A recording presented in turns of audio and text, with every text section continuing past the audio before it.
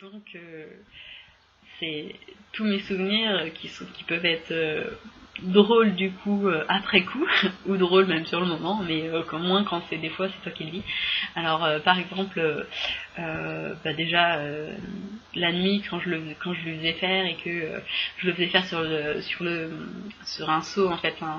un seau enfin un petit seau assez large, voilà que je lui faisais faire dessus. Et du coup, vu que c'est un petit garçon, des fois sa caquette elle n'était pas bien dirigée, donc il était au-dessus du pot, mais son pipi partait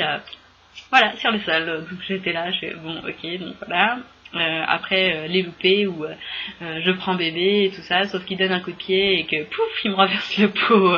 sur moi, donc j'étais pleine de pipi, voilà. Après, qu'est-ce que j'ai eu d'autre comme souvenir, parce qu'il y a des souvenirs, c'est des anecdotes rigolotes, mais il y en a, c'est aussi des souvenirs vraiment agréables, sympas, où par exemple quand il a commencé à se retenir la nuit, où là on se rend compte que le matin, moi je me rends compte, je le dis à mon homme, mais tu te rends compte là, on vient d'aller tous les deux aux toilettes et Kiwano il a toujours pas été aux toilettes et du coup il s'est retenu plus longtemps que nous, enfin bref, moi ça m'a fait rire parce que je me suis dit voilà, il arrive à se retenir un peu plus que nous. Qu'est-ce qu'il y a eu d'autre comme anecdote, les fois où je lui fais faire pipi, où je lui baisse son pantalon et sa culotte, et en fait c'est pareil, le jet il est tellement puissant que du coup hop il va directement sur le pantalon, et donc même si je l'avais bien mis en position, et en fait le pantalon et la slip sont trempés, et du coup hop on change. Il y a eu des journées où justement il avait fait pipi, j'avais loupé et puis que j'avais pas vu, et du coup là je marche en chaussettes chez moi et oups, sur une flaque. Je me dis eh mince, j'avoue je l'avais pas vu celui-là, mais je l'ai bien senti. Voilà, enfin après qu'est-ce qu'il y a d'autre,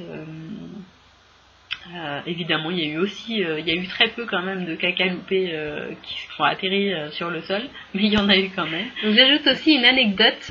qui, vraiment, quand j'y ai repensé, c'est vrai que je l'avais oublié, mais il y en a sûrement encore plein. C'était très drôle, dans un magasin, j'avais Kiwano dans mon dos en porte-bébé, et à un moment donné, il me fait il fait ça, et du coup là tout le monde me regarde, et du coup je sors pour aller lui faire pipi et caca, et c'est vrai qu'il était pas très vieux, et c'est quand il commence à parler, c'était peut-être vers ses 12 mois. Enfin bref, ça a été très très drôle, et même si maintenant il n'utilise plus forcément le mot caca pour le moment, et du coup, à ce moment-là, il avait bien compris ce que ça voulait dire et ce que ça signifiait.